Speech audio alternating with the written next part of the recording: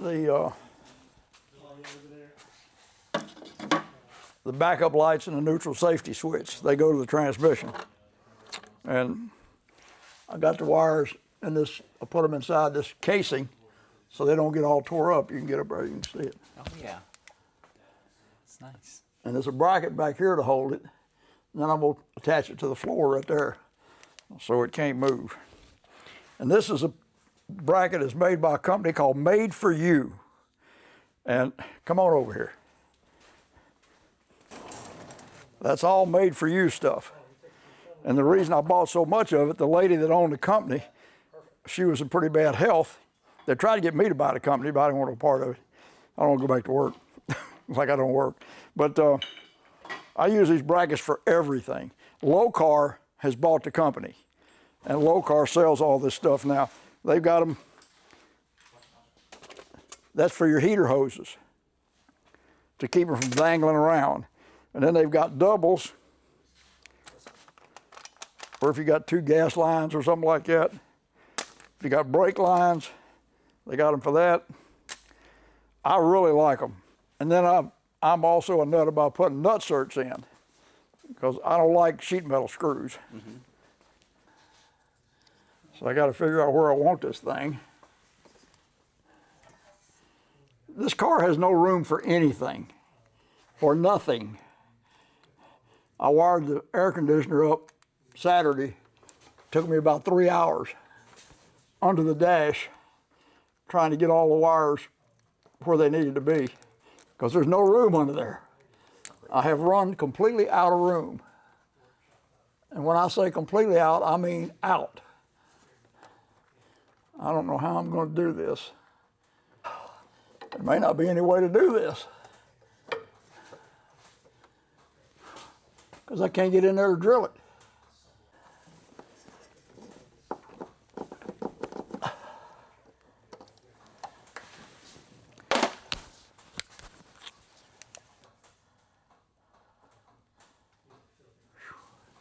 There ain't no way to get in there to drill it.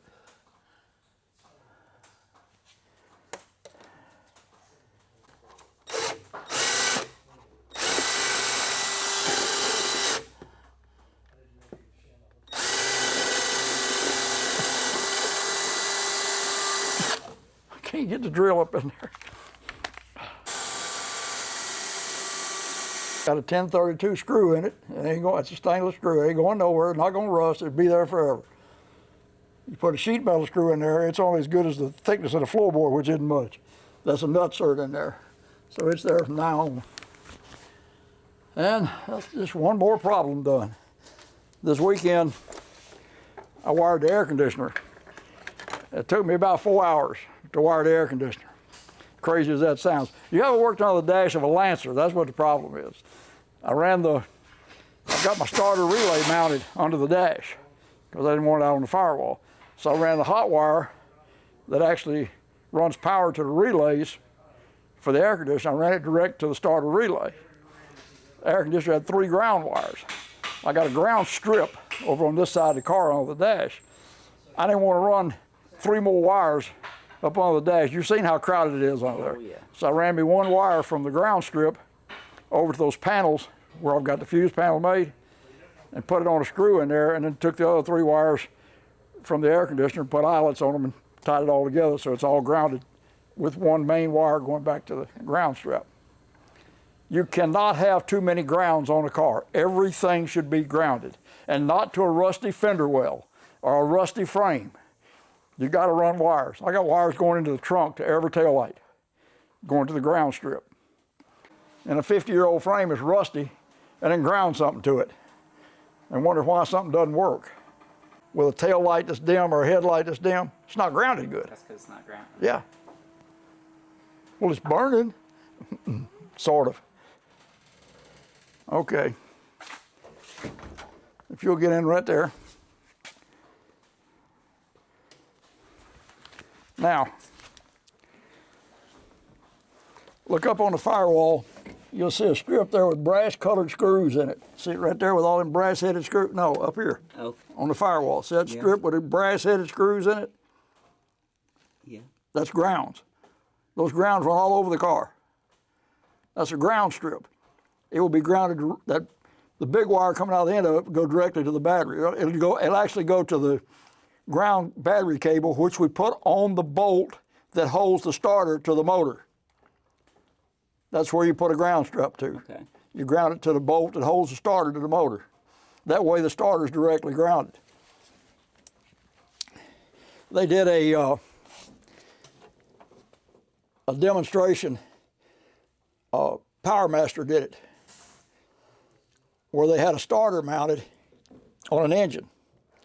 They hooked the ground to the intake manifold like most people do and spun the starter, and they had like a tack on the starter telling how many revolutions it was turning. They ran the ground wire directly to the starter bolt, spun it again, it turned 30 RPMs faster. Didn't do anything but move the ground. I mean, you look. That's crazy that it made that much of a difference. Yes, it did. Well, the starter's about the hardest pulling electrical thing in the car. And so your battery cable goes directly to the starter solenoid. Okay. And so you put the ground cable directly to it. And that way, it's 12 volts to the starter for sure. Not 11 and a half, not 12. Actually, it's about 13. I can't believe it made that much of a difference. Oh, yeah. If you look in here,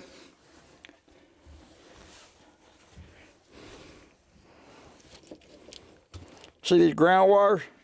That black wire is a ground wire. It goes to each tail light. It's grounded to the side of the tail light. Mm-hmm. It's grounded to the bulb on that one. If you buy the good sockets, Napa sells a really good socket for a tail light. Wait a minute, I'll get one, show it to you. That's a tail light socket. That's for a ground. This is your hot wire for the brake light and the running light, and that's for a ground wire. It's made on the tail light circuit, and that's a unit that Napa sells. There's a part number right there, 787123, I think it is. Can't read my writing, it got a cold. But you want the contacts with the ground wire on them. Let's see if this one's got one. No, this one don't have a ground. Yeah, it does. No, it doesn't. That's a backup light. That's not a tail light, that's a backup light.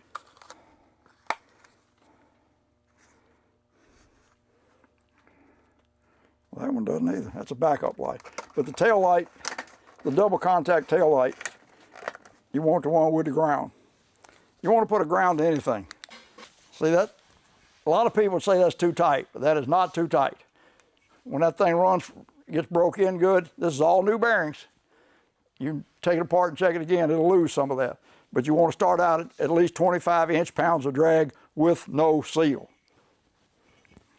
And these people that take them and spin them with their hands say, that's just right. No, they didn't. So the reason we know this is a 70 or 71 E-body rear end is the drain plug had a W on it. They marked it. So many parts back then had date codes on them. Drive shaft straps had date codes on them. The little strap that holds the U-joint in. I had a guy call me one day, I got a whole box full of them in there. He called me and said, Herb, I'm restoring some dart or something. And he said, I need a set of drive shaft straps with a certain date code. I went there and dug through the box and called him back. I said, I got them. So I sent them to him. He's a friend of mine, so I just sent them to him. Because the date code people go nuts. All your distributors, alternators, a lot of stuff had date code stamped on it. When the block has a date code when it was cast. And see, these people that say it's numbers matching, well, they better be careful because you can get caught real quick. Coded year of August the 20th, which happens to be your birthday, of 1969, which is not your. See, that's when the gear, that's upside down, but it's August 20th of 69 is when that gear was made. And the cars are 70. They started building 70 cars in July of 69. They come out in September. But it's date coded, and the pinion's also date coded. So if you're really getting picky, the carrier has got a date code on it. Where's the date code on the carrier?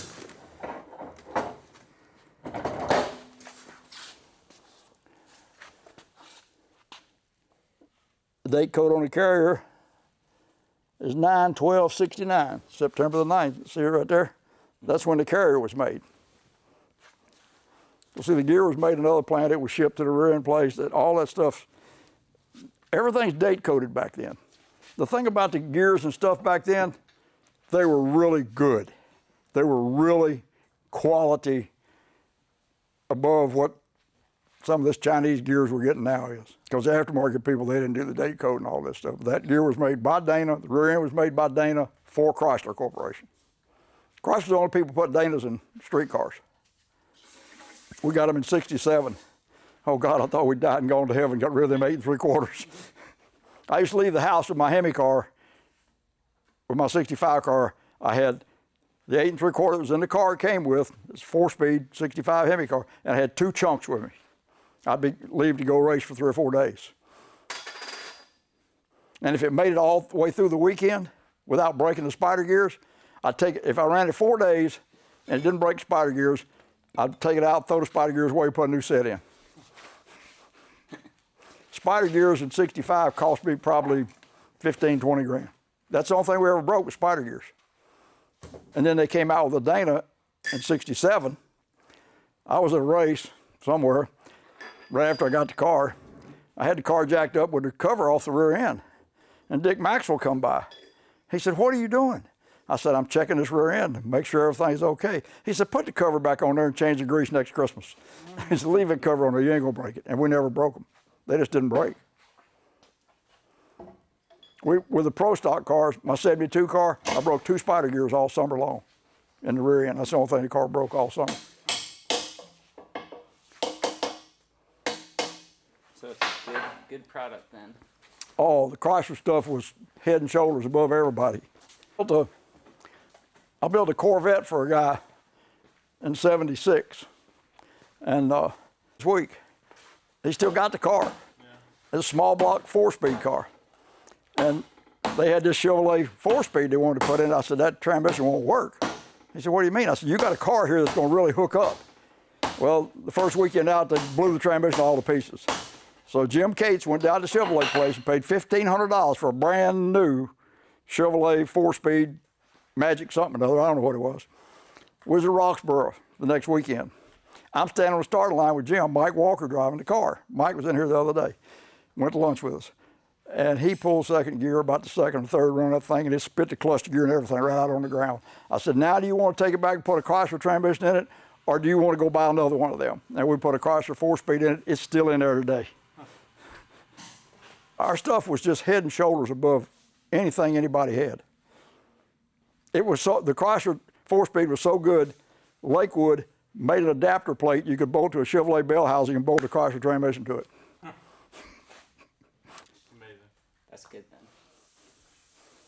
Strickler put a Chevrolet transmission in his '65 Hemi car, and he had second gear and the whole thing hit the ground.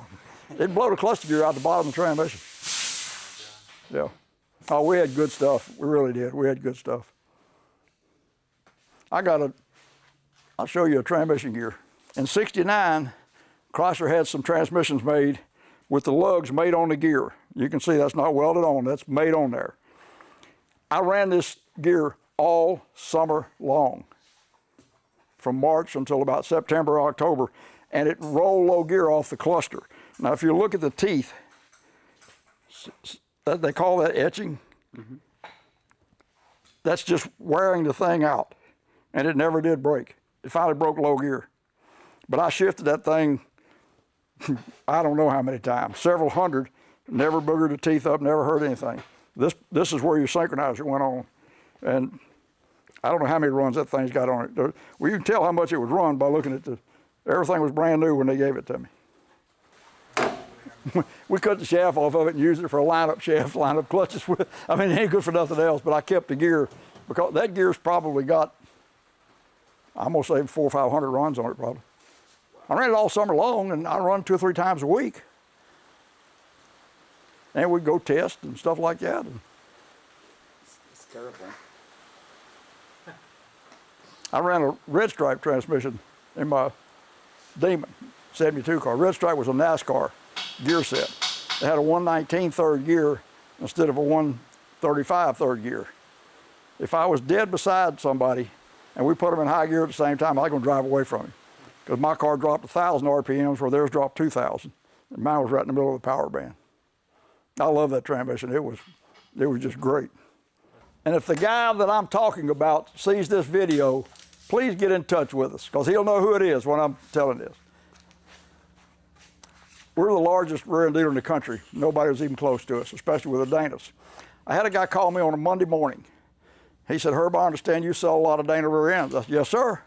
He said, I need a Dana. I said, okay. What width, what gear ratio, what pinion offset? He told me. I said, no problem. I got all of it in stock. He said, I got another problem. I said, what's that? He said, my buddy needs a Dana rear end. I said, no problem. What width, what gear ratio, what pinion offset? I said, I got all of it in stock. He said, I got another problem. I said, what's that? He said, I need it tomorrow. I said, that's your problem, not mine. I said, I can have them ready at 8:30 in the morning. I said, where are you? He said, I'm in Oklahoma City. I'm leaving right now. That's 1,000 miles from here. He said, I'm leaving right now, if you'll have them ready in the morning. At 8:30 the next morning, he was backed up to the door of my shop. We loaded 2 Dana rear ends in, and he went back to Oklahoma. Nobody else in the country could do that, because they didn't have the stuff. And I stayed there at about 9:30, 10 o'clock at night to finish him 2 rear ends, but I was going to have them ready when he got there. And they were sitting there ready when he come in the next morning. He paid me, loaded them up. He wasn't there 30 minutes. Headed back to Oklahoma City. I don't know if he's still alive. If he's in Oklahoma City, call me. I actually saw a guy tie a chain around his carrier and had a flywheel hooked on the other end of the chain. He swung it between his legs trying to drive the carrier out of the car. All you got to do is put a wrench on the ring gear, like that. I may need a bigger ratchet, Herbie. Let it run up against the top of the housing. Keep turning it. See it walking out? Then you just take a screwdriver and pop it out. They'll work on any rear end that comes out the back. You can do that. Have you ever had a clutch pedal out of a car, especially like E-body or A-body? They got a big spring on the pedal that goes from the pedal up to the bracket that holds it. I mean, this spring is tough. And when you take it off, good luck putting it back on, unless you know how. You stick it in the vise, you bend it over sideways and stuff it full of washers. You bend it the other way, stuff it full of washers. Bend it back, put some more washers in. Bend it back, put some more washers in, hang the spring up, pull the washers out. I had a guy, Steve Kluge, call me one day. He said, Herb, I've been trying to put this spring on for an hour and a half. I said, I can do it in 5 minutes. He said, how? And I told him. He called me back in about 15 minutes. He said, how'd you figure that out? I said, I don't know. I made that to space the shock away from the body, away from the gas tank, basically, because this is not the gas tank for a Lancer. It's the gas tank for a Dodge Dart, slightly modified. Now, if it works, it'll clear the gas tank. If it doesn't, well, we'll try something else. Oh.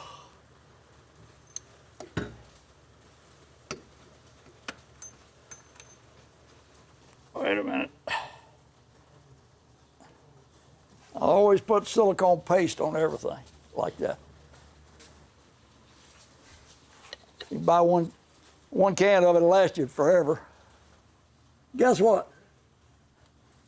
Come here. It was hitting right here. Now I can stick my fingers between there. Did I do good? I think you made it work. Made it work. Now I remember the other day it wouldn't even go in there. Yeah. Now you can I stick still your got to tighten it up some more, but that was the plan. Okay, we're good. We still got clearance.